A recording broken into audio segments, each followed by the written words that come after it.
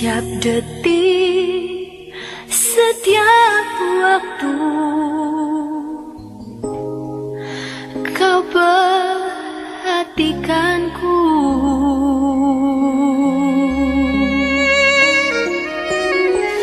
Kau Bapa yang setia, selalu menjagaku. Kau angkatku bila ku jatuh. Kau menopangku.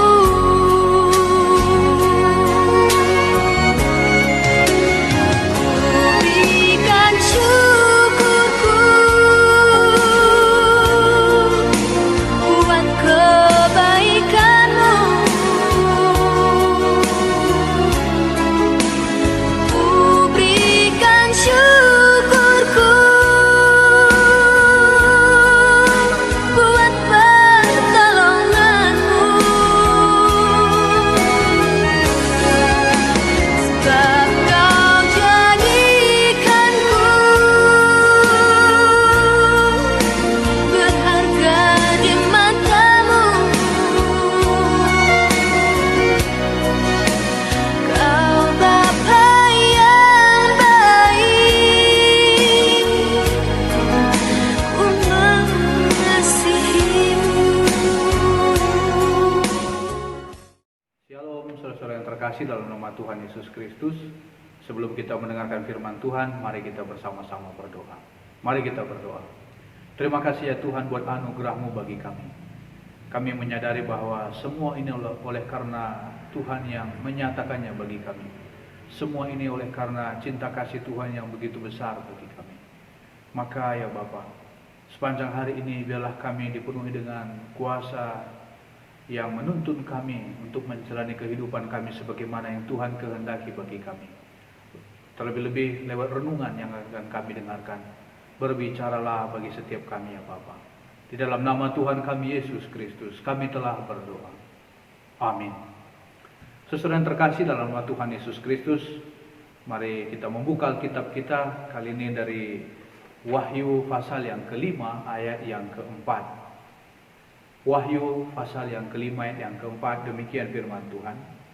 Maka menangislah aku dengan amat sedihnya, karena tidak ada seorang pun yang dianggap layak untuk membuka gulungan kitab itu, ataupun melihat sebelah dalamnya.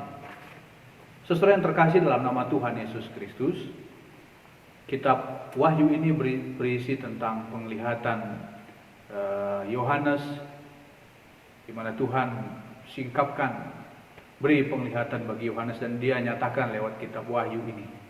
Jadi apa yang kita baca dari pasal yang kelima ini fokus penglihatan yang diberikan kepada Yohanes berubah drastis dari pasal sebelumnya, yang mana di pasal sebelumnya itu memperlihatkan situasi tentang surga, tetapi kemudian kali ini beralih kepada tangan Allah, ya kan? Ini beralih ke tangan Allah, yang mana di tangan Allah itu ada gulungan kitab. Gulungan kitab baik sebelah dalam maupun sebelah luarnya ditulis dan dimeterai dengan 7 materai. Demikian dinyatakan dalam ayat yang kedua di nats yang telah kita baca ini. Tetapi yang menjadi masalah, sesuai yang terkasih dalam nama Tuhan Yesus Kristus, bahwa tidak ada satupun baik di bumi maupun di surga. Di ayat yang ketiga dikatakan tidak ada seorang pun yang di surga ataupun di bumi atau yang di bawah bumi yang dapat membuka gulungan kitab itu.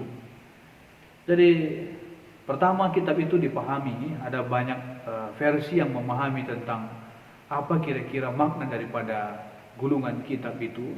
Adapun kira-kira antara lain, kitab itu dipahami sebagai gulungan kitab yang menjadi kunci penebusan umat Allah yang tetap termeterai. Dan ada yang memahaminya sebagai wasiat rencana Allah Bapa. Ada juga yang memahaminya sebagai itu merupakan dan ketujuh materai itu dipahami sebagai serangkaian hukuman yang seharusnya diterima oleh manusia oleh karena dosa dan pemberontakan manusia. Dan saya lebih cenderung memahami bahwa kitab ataupun gulungan kitab yang termaterai itu sebagai simbolisasi bahwa itu merupakan dengan 7 materai itu sebagai simbolisasi bahwa setiap kita seharusnya manusia ini yang berdosa dipahami sebagai bentuk penghukuman yang menyeluruh. Kita akan menerima penghukuman yang menyeluruh. Oleh sebab biasanya kita memahami bahwa 7 itu merupakan angka kesempurnaan, angka yang bersifat keseluruhan. Itu berarti bahwa dosa pemberontakan manusia akan diganjar dengan serangkaian hukuman, di mana serangkaian hukuman itu dipahami sebagai menyeluruh, artinya tidak hanya sebagian, keseluruhan atas dosa-dosa kita akan mendapatkan ganjaran yang seharusnya. Maka seolah-olah dipahami bahwa jika tetap termeterai maka rencana Allah tidak akan terlaksana dan umat manusia akan dihukum untuk selama-lamanya. Yang menjadi masalah adalah materai yang 7 itu tidak ada satupun yang mampu membukanya. Sudah kita baca tadi di ayat yang ketiga, baik di surga, di bumi, baik di bumi di bawah sekalipun tidak ada yang mampu membukanya. Tidak ada manusia, bahkan malaikat pun tidak ada yang mampu membukanya. Meski manusia telah berupaya untuk menyelamatkan diri sendiri, itu sebagai maknanya, itu berarti bahwa tidak ada satupun yang mampu membuka 7 materai itu, menandakan bahwa tidak ada seorang pun manusia yang mampu menyelamatkan diri. Kegagalan menjadi buah daripada upaya manusia. Kegagalan merupakan hasil daripada segala usaha manusia. Oleh sebab itulah Yohanes dalam penglihatannya ini menangis dengan begitu sedihnya karena memikirkan tentang dosa manusia yang begitu dalamnya, yang mana tidak mampu menyelamatkan diri sendiri. Tetapi di ayat yang kelima dikatakan bahwa singa Yehuda, yaitu tunas Daud, telah menang sehingga ia dapat membuka gulungan kitab itu dan membuka ke-7 materainya. Kabar di ayat yang kelima ini menyatakan bahwa dia, itu adalah Tuhan Yesus, adalah pemenang atas maut, adalah pribadi yang mampu membuka satu-satunya, ini perlu kita ingat, satu-satunya pribadi yang mampu membuka 7 materai atas gulungan kitab itu. Dia adalah buah sulung di antara orang mati dan raja yang naik ke surga. Dan ini menjadi peneguhan iman bagi kita. Dikatakan di ayat yang ketiga, baik di surga, di bumi maupun di bawah bumi. Di surga berarti malaikat-malaikat, di bumi ini merupakan manusia, di bawah bumi itu merupakan dipahami penguasa-penguasa dunia ini. Tidak ada satupun di antara ini yang mampu kecuali Tuhan kita Yesus Kristus. Maka dalam hubungan ini jelas meneguhkan iman percaya kita, Bapak Ibu Saudara terkasih, bahwa Tuhan kita Yesus Kristus mampu menebus, mampu mengampuni kita sepenuhnya dari diri kita, bukan sebagian, tetapi keseluruhan daripada kehidupan kita yang percaya kepadanya. Dia adalah pengantara kita, dialah pengantara kita dan satu-satunya, karena dia adalah Allah yang turut menjadi manusia, Allah di dalam Tuhan kita Yesus Kristus. Segera setelah ada kabar bahwa Tuhan Yesus mampu membuka gulungan kitab itu, membuka 7 materai itu, maka pujian kepadanya dari makhluk-makhluk surgawi dinaikkan. 4 makhluk yang tidak kita pahami apa itu, beserta dengan 24 tua-tua menaikkan pujian yang tertinggi kepadanya. Juga diikuti oleh para malaikat yang tidak terhitung banyaknya pun memuji dengan suara keras memuliakan Dia yang adalah anak domba yang mampu membuka 7 materai atas gulungan kitab itu. Jadi kuasa Tuhan kita Yesus Kristus yang begitu luar biasa disambut puji-pujian, penyembahan dan hormat dari makhluk surgawi maupun tua-tua, 24 tua-tua yang dikatakan tadi. Malaikat juga menaikkan pujian dan hormat kepada Tuhan kita Yesus Kristus.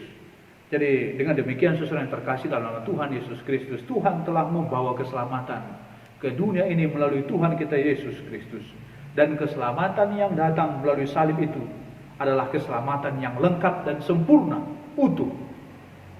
Tak ada hal lain yang perlu ditambahkan atau diambil daripadanya. Maka dengan demikian, saudara yang terkasih dalam nama Tuhan Yesus Kristus, pujian dan hormat sudah seharusnya kita naikkan kepada Dia setiap saat melalui kehidupan kita. Sebagaimana malaikat dan tua-tua dan juga 4 makhluk surgawi itu lakukan, itu juga menjadi teladan bagi kita atas pengorbanan Tuhan kita, atas kuasa Tuhan kita yang luar biasa itu, yang melampaui segala kuasa baik di surga, mewakili malaikat, baik kuasa-kuasa malaikat di bumi maupun bumi di bawah. Allah kita melampaui segala kuasa itu. Maka dengan demikian, mari kita senantiasa merendahkan diri. Itu sudah menjadi keharusan bagi kita kepada Dia, Sang Maha Tinggi tersebut, Allah kita dalam nama Tuhan Yesus Kristus. Tidak ada bagian hidup kita yang seharusnya tidak menghormati karya ataupun kuasa Tuhan kita Yesus Kristus. Amin. Mari bersama-sama kita berdoa buat Runggun, GBKP Runggun Bogor dan Perpulungan Sukabumi. Mari kita berdoa. Terima kasih ya Tuhan atas firman yang telah kami boleh dengar pada kesempatan kali ini. Dan izinkan layakan kami ya Bapa, menaikkan permohonan syafaat kami buat seluruh pelayan Tuhan, pendeta, pertua, diaken, pengurus unit kategorial, dan juga seluruh jemaat Tuhan di GBKP Runggun Bogor dan juga Perpulungan Sukabumi.